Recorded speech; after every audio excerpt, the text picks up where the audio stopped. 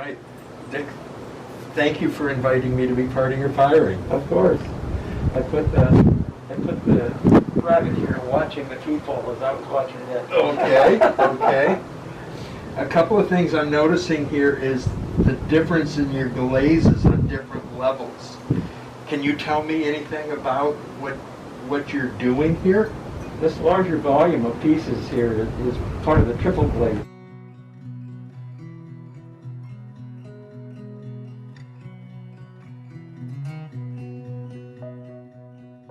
The first firing that I committed about 60 pieces to that glaze. Wow. And it seems to have done pretty nicely.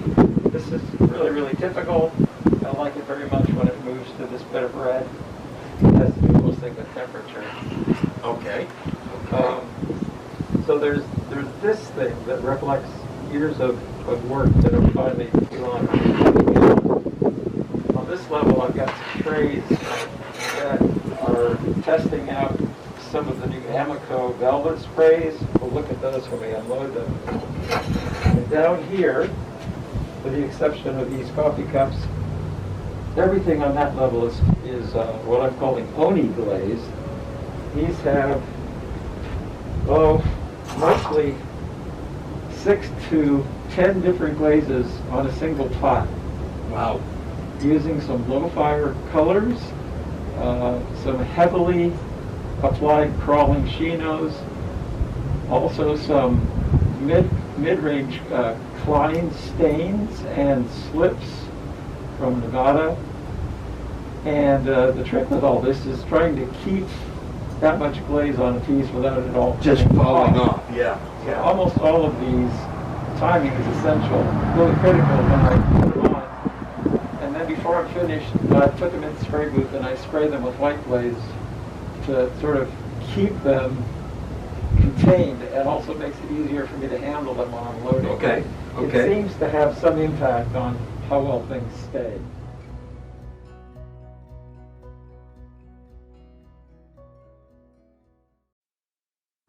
Really dark chocolate. Yeah, that's beautiful.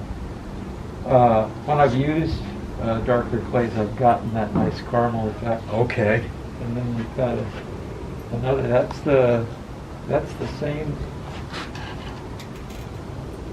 Oh my goodness. There's some tension there. Yeah. Look at the range of color.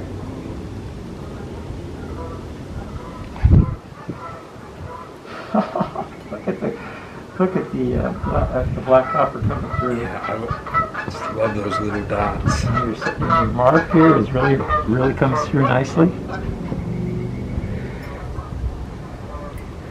Okay. And I think it's just lovely. The range of color is stellar. It almost has an iridescence to it. Yes, it does. This starts with a clear glaze, a cone tint clear glaze called Hensley Blue. I think we get from Rick Hensley up in Minnesota. Okay. And then a crystalline glaze for porcelain called number 131. I call it Trout. Okay. And it has some black copper oxide in it, and that's what's giving these little starbursts of black. It's really fluid. It starts to melt at cone 7 or maybe even 6, and it drags itself down the pot, but it clumps up around those black copper oxide particles. Oh, that's nice. Isn't that beautiful?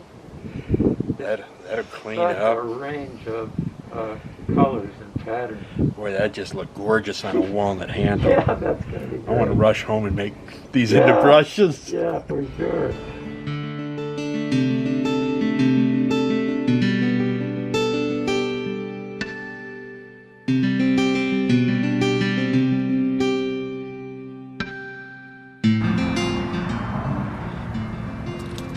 So that's more typical of the way it runs. Yeah, that'll. I use it. I've got the diamond core tools Sure. now. Wow, do those things work? Yeah.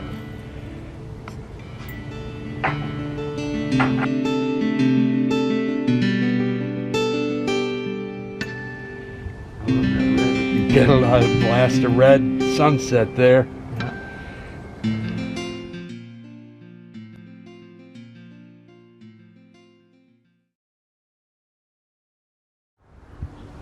right, Dick, the lid is a black of some sort, very black Tomoku, something like that. Why is the lid a different color than the body? But in traditional teaware, the mizusashi, the cold water, the wastewater container, often has a black lacquerware top with a wire handle. Okay, so a lacquerware, so that would be a wood piece that has a lacquer coating built up on it. Exactly. All right. And then a very delicate wire. I even thought about using a nichrome wire, but for this round I just made clay knobs. Okay. And so I think that tradition gave me permission to try something else. Now the advantage in something like this, with this glaze so runny, you can see how it comes off the bottom of the pot. Yeah. If I tried to put that on here, it of course would Have sealed.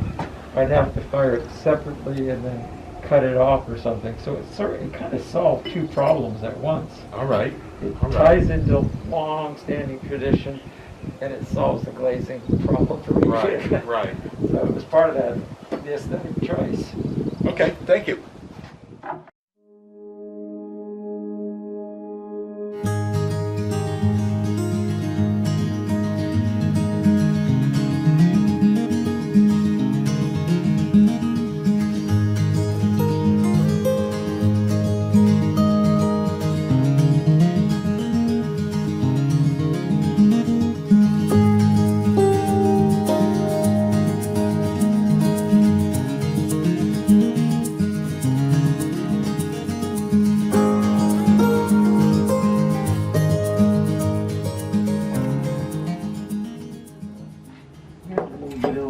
Of what a little different thickness can do.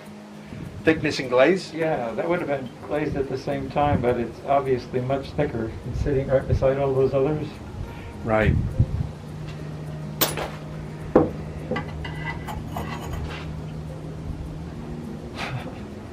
That's pretty nice. I think I wish I sprinkled a little bit of the 3134 at the top. I think it would benefit from a red top.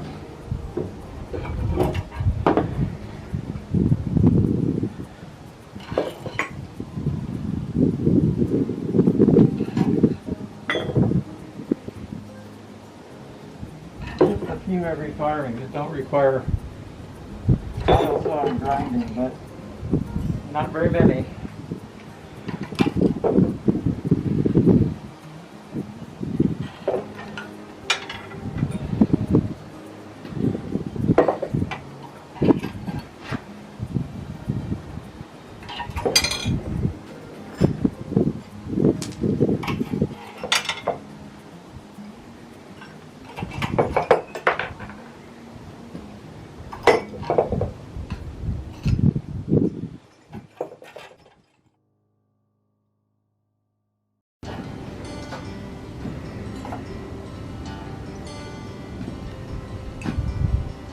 Huh.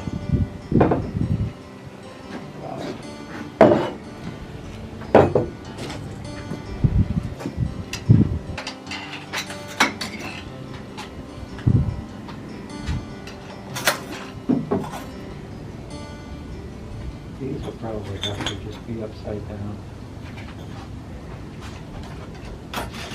I like this a lot. I like this little relief that comes there. It's very sharp. Okay. I'm going to cut myself once here. Try to keep it just once. I actually poked myself.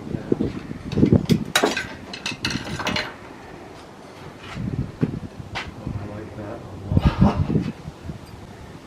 A lot. That might be the first one I clean up.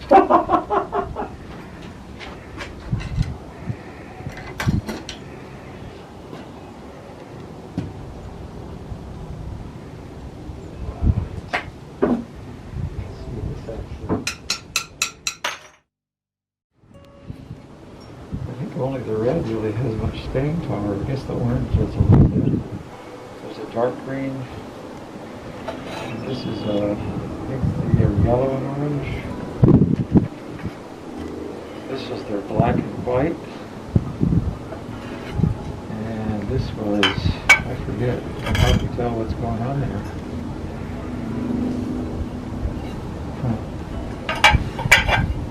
So I would say that the Klein glazes probably are a little more consistent at the high temperatures for color. So this would be all the Klein.